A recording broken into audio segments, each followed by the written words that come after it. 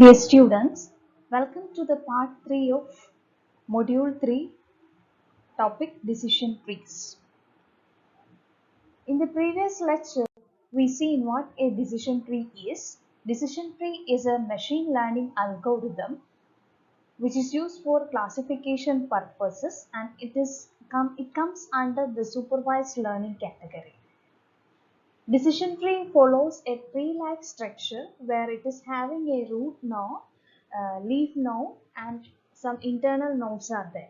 In the case of a decision tree, root node and the internal node should contain some conditions to hold, and the terminal nodes or leaf nodes should contain the final classification decision. In the previous lecture, we discussed about divide and conquer strategy. Today, we are going to discuss about the splitting criteria, how we can choose a particular attribute for making the splitting. That is discussed in this lecture. So, choosing the best fit. The first challenge that a decision tree will face is to identify which feature to split upon. So the first thing we have to consider in decision tree is the construction in which feature is set as the root node. On the basis of that particular node, further branching should be happened. So the first challenge is to identify the right feature to split. So for that we have to familiarize the term purity. The degree to which a subset of examples contain only a single class is known as purity. So purity means the degree in which the subset contains only a single class. Pure subset. A subset composed of only a single class is called pure. If a subset is having only a single class, then we can say that it is a pure subset. Various measures of purity are there. All these measures can be used to identify the best decision tree splitting candidate. The first measure is entropy. C 5.0 algorithm uses this entropy concept. It's a concept borrowed from information theory that quantifies the randomness or disorder within a set of class values. So, entropy is a term which comes from the information theory and which means that it is a degree of impurity. Sets with high entropy are very diverse and provide little information about other items that may also belong in the set. And there is no commonality. If a set is termed as high entropy, that type of set is having multiple or different kinds of data. At the same time, it provides a very little information about the items belonging to that particular set, and there will be no common features for that. The decision tree hopes to find splits that reduce entropy, ultimately increasing homogeneity within the groups. So decision tree is used in a manner to reduce the entropy of the data. So the term entropy means it is a measure of degree of impurity in a particular set. Here we can see entropy is a measure of randomness or unpredictability in the data set. Here we are having a picture. In this picture we can see the different types of animals. Some giraffes are there, elephants are there, tigers are there, monkeys are there. Different types of animals are present in this particular animal data set. Here 3 giraffes, 2 elephants, 2 tigers, 1 monkey is there. So here if we are choosing this animal data set, we can see that multiple type of animals or different types of animals are available here. So we can say that this animal data set is having a very high entropy because of this different types of animals present in the different types of animals presence in the presence shows the data set is having a high entropy.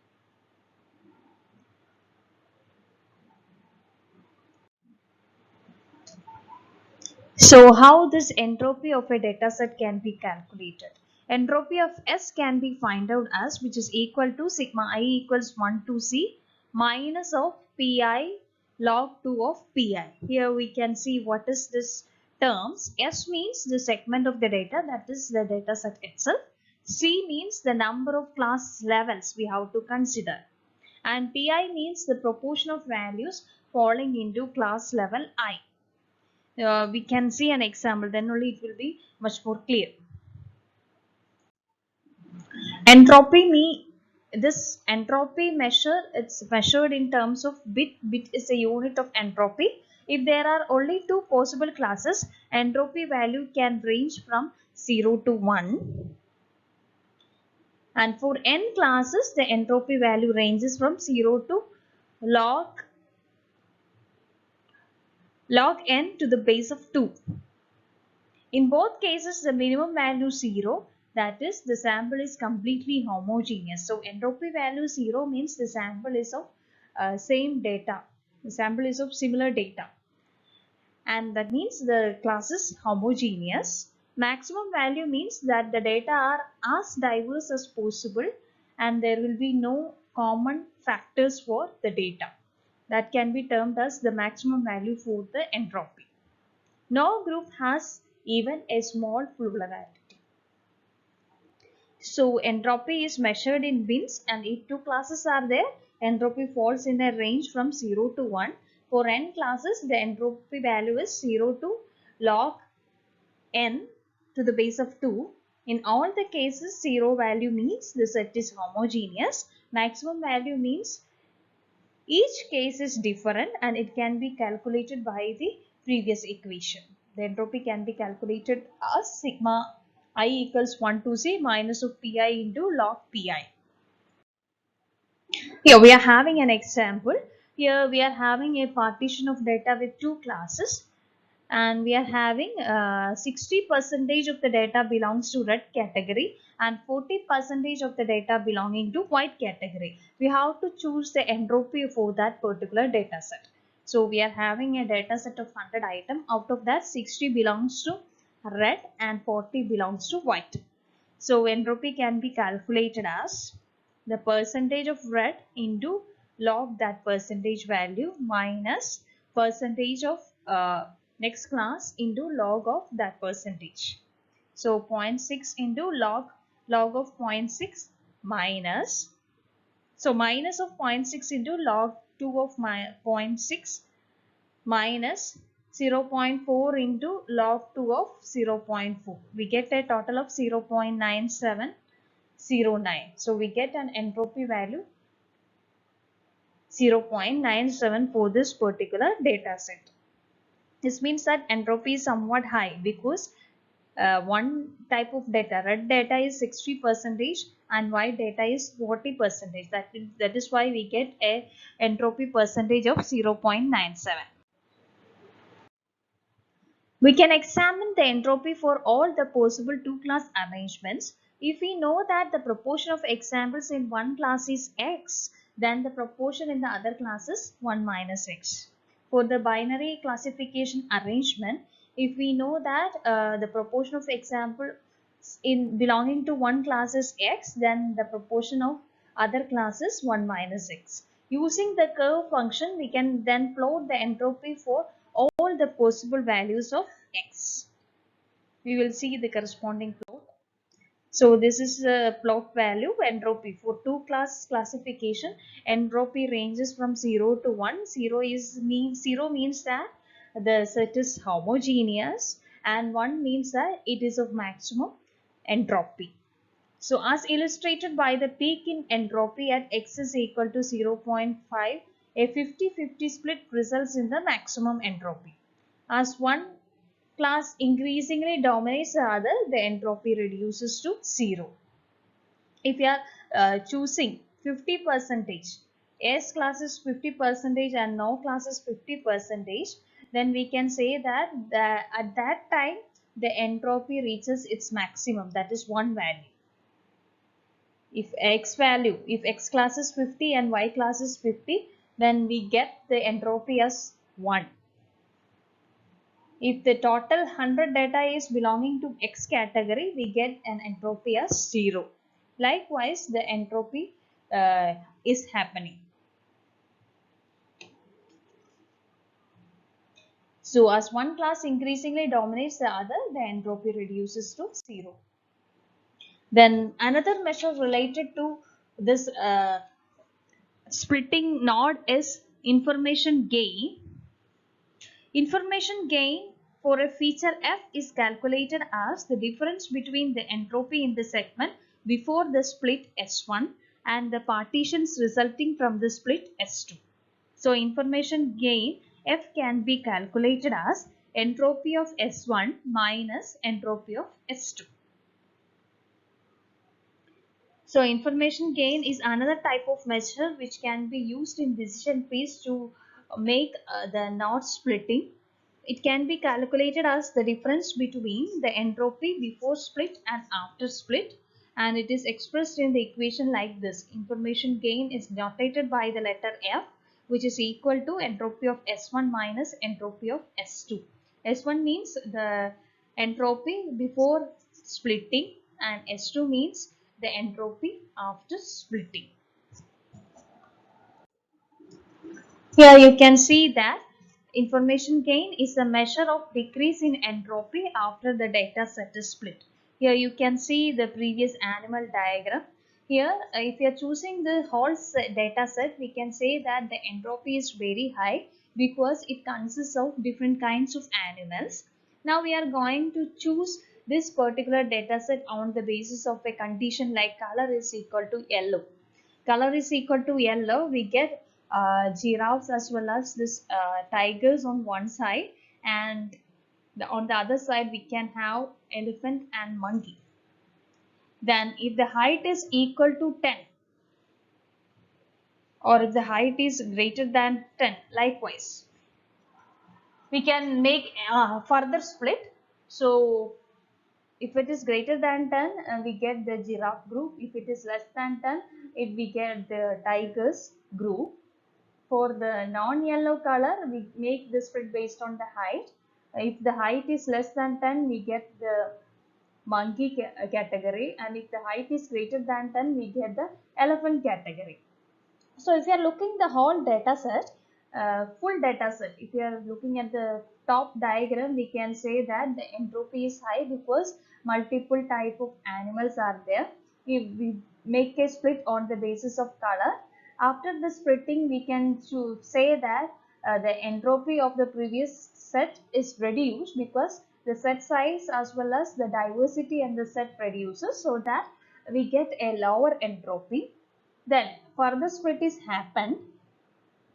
Further split, if you are again splitting based on height, we get groups with homogeneous data. Here we get giraffes only, here tigers only, then monkeys, then elephants. So information gain can be defined as the difference between data, the entropy of uh, original data set, the difference between entropy of original data set and the entropy of data set after the first split, that is termed by the information gain. One complication is that after a split, data is divided into more than one partition. Therefore, the function to calculate entropy S2 needs to consider the total entropy across all the partitions. It does this by weighing each partition's entropy by the proportion of records falling into the partition. So the only thing is that if we make a split on the basis of a particular condition, we get multiple partitions. So we have to consider the entropy of all these partitions as the total entropy after split. The sum of all the sum of entropy of all the partitions should be treated as the entropy after split. So it does this by weighing each partition's entropy by the proportion of records falling into the partition. So information gain can be calculated as the difference between entropy split before split and after split. After splitting, data is spread across different branches. We have to consider entropy of each partition. So total entropy after split is considered by weighing each partition entropy by the proportion of records falling into that particular partition.